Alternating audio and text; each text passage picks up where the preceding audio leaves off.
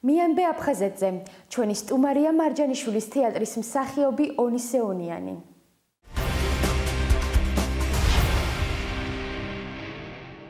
ყველა ქართველისთვის მე მგონი მტკივნეული თემაა და მოკლედ აფხაზეთის ხსენების დროს ყველა ადამიანს რაღაცა სევდა ეღვრება ხოლმე სულში და ჩემშიდაც იგივეს იწვევს რა თქმა უნდა, იმიტომ რომ იყო ჩემ ბავშვობაში, მოზრდილი ვიყავი, თინეიჯერებს რო ეძახენ მაგ ასაკში ვიყავი, როდესაც ჩვენი სასიმღერო ანსამბლი წავიდა მიუსერაში, სადაც იყო საბავშვო ბანაკი და თვენახევარი დავყავი იქ. ვიხსენებ ხოლმე იქ ყოფნის პერიოდს, როგორი კარგი იყო, როგორ გავდიოდით ბავშვების სანაპიროზე, როგორი არაჩვეულებრივი ფირუზის ფერის ზღვა იყო, არაჩვეულებრივი ცა უღრუბლო ნამდვილად და ღრუბელი ნამდვილად არ ქონდა აფხაზეთისას.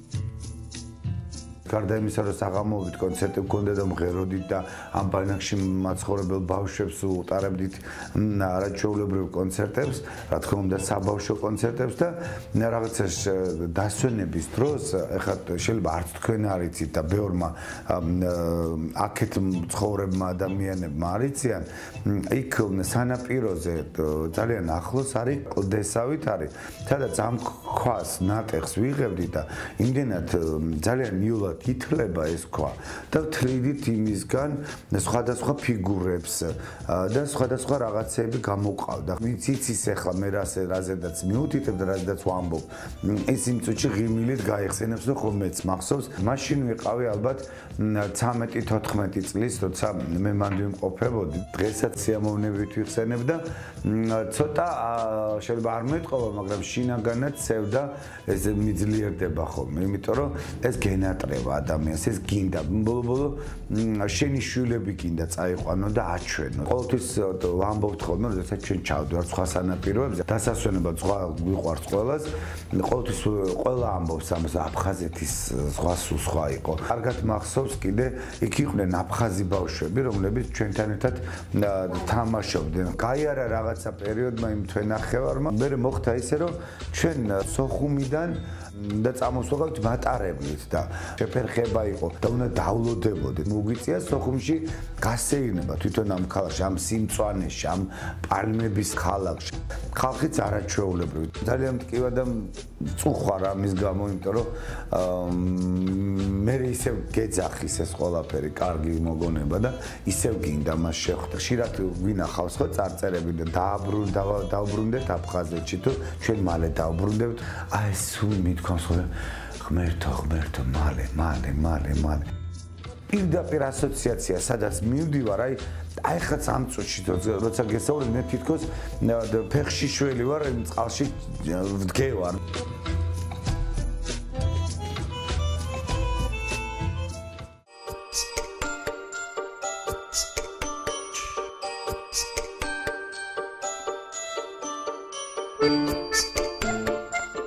ვიცი გონებაში მაქვს, რომელი სპექტაკლითაც წავიდოდი, მან და რამოდენიმე სამოვარჩევი. ოღონდ ეს დღე დადგეს. დარწმუნებული ვარ, რომ ჩვენ დიდი და საყვარელი რეჟისორი ბატონ ლევან წულაძე დადგავს ამისთვის რაღაცას.